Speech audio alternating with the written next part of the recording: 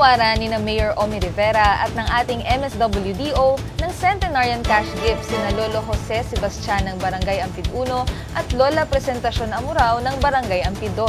Sila ang mga kauna-unahang centenarian na nakatanggap ng adjusted cash gift sa ilalim ng Municipal Ordinance No. 25 Series of 2024.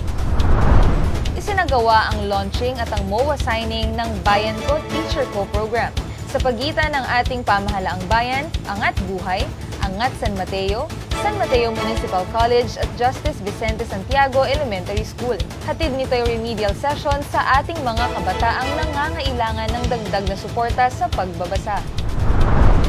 Masigla ang naging panimulang programa para sa opening ng Mayor's Cup Balikatan 2024 Inter-Barangay Volleyball League. Suportahan na ang mga kabataang manlalaro sa inyong barangay dahil basta palakasan, malakas ang San Mateo dyan.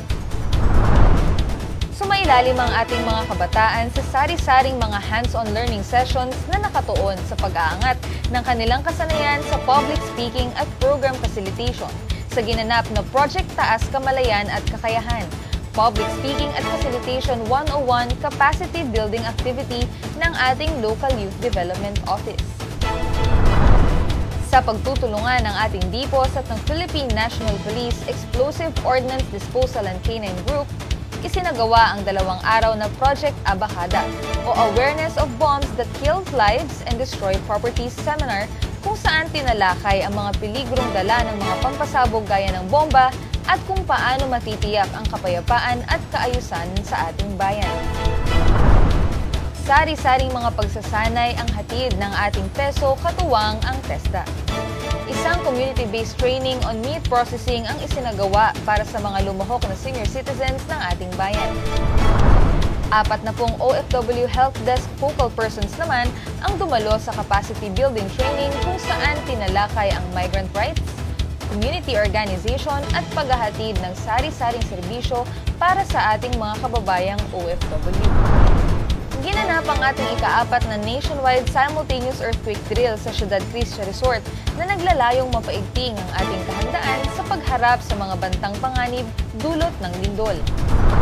Sa pakikipagtulungan ng Rizal Police Provincial Office at ng ating police station, ginanap ang isang joint anti-bank robbery and cybercrime coordinating committee meeting sa ating bayan.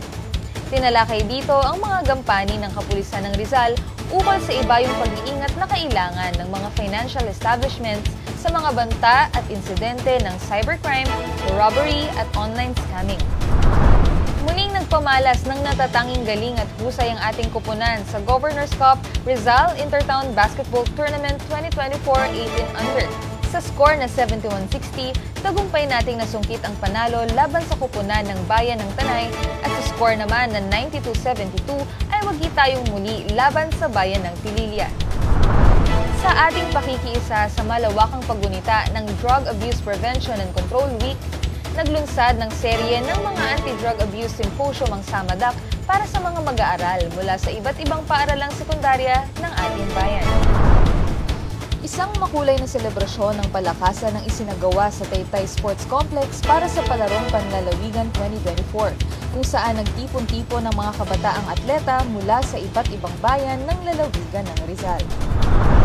Pinangunahan ng Department of the Interior and Local Government at ang ating Municipal Local Government Operations Officer ang 2-day Skills Enhancement Training on Katarungang Pambarangay na dinaluhan ng mga kapitan, barangay secretaries at mga lupong tagapamayapa. Naghandog sina Senator Francis Tolentino at Councilor Nico Tolentino ng libreng reading glasses, wheelchairs, mga gamot at iba pa sa ating mga kababayan sa Barangay Santa Ana Covered Court. Maraming salamat po, Senator Francis at Consi Nico, sa inyong ipinaabot na tulong sa mga taga San Mateo. Higit sa 800 mga continuing scholars ang tumanggap ng kanilang Academic Assistance Grant at Scholarship Award sa ilalim ng Scholar ni Mayor Program. Pagbati sa ating mga scholars at magpatuloy nawa ang inyong sigasig sa pag-aaral. Pinangunahan ng PESO ang muling pagsasagawa ng SEAP orientation para sa mga mag-aaral sa San Mateo National High School. Dito sa ating bayan, may oportunidad para sa mga kabataan. Sama-sama nating sinaksihan ang pagpapailaw ng ating Yes Giant Christmas Tree Sa gabi ng ating tree lighting ceremony ay tampok ang ating higanting Christmas tree na yari sa mga recyclable materials, maging ang mga parol at dekorasyon sa Plaza Natividad. Naway sa pamamagitan ng aktibidad na ito ay mas naipadama natin ang diwa ng Pasko sa buong San Mateo.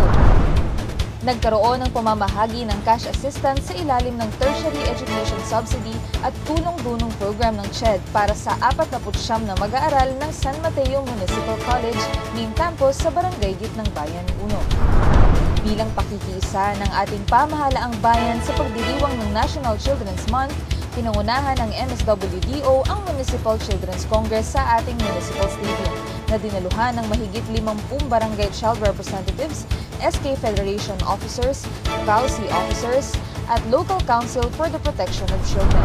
Pinangunahan ni Gobnina Inares ang pagpapaabot ng presidential assistance to farmers, fisherfolks, and families of PAFFF sa ating mga kababayang magsasaka na ang kabuhayan ay lubhang naapektuhan ng El Nino.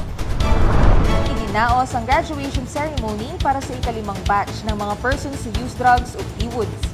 Sa kasalukuyan ay nasa ika-5 batch na tayo ng mga napapatapos sa community-based drug rehabilitation program ng SAMADAC.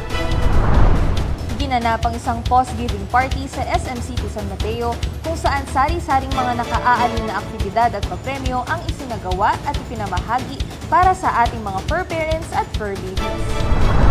Nagkaroon ng isang wreath-laying ceremony na pinangunahan ni Mayor Omi Rivera at ng pamunuan ng ating pamahalaang bayan para sa pag-alala sa ika-161 anibersaryo ng kapanganakan ni Gat Andres Bonifacio.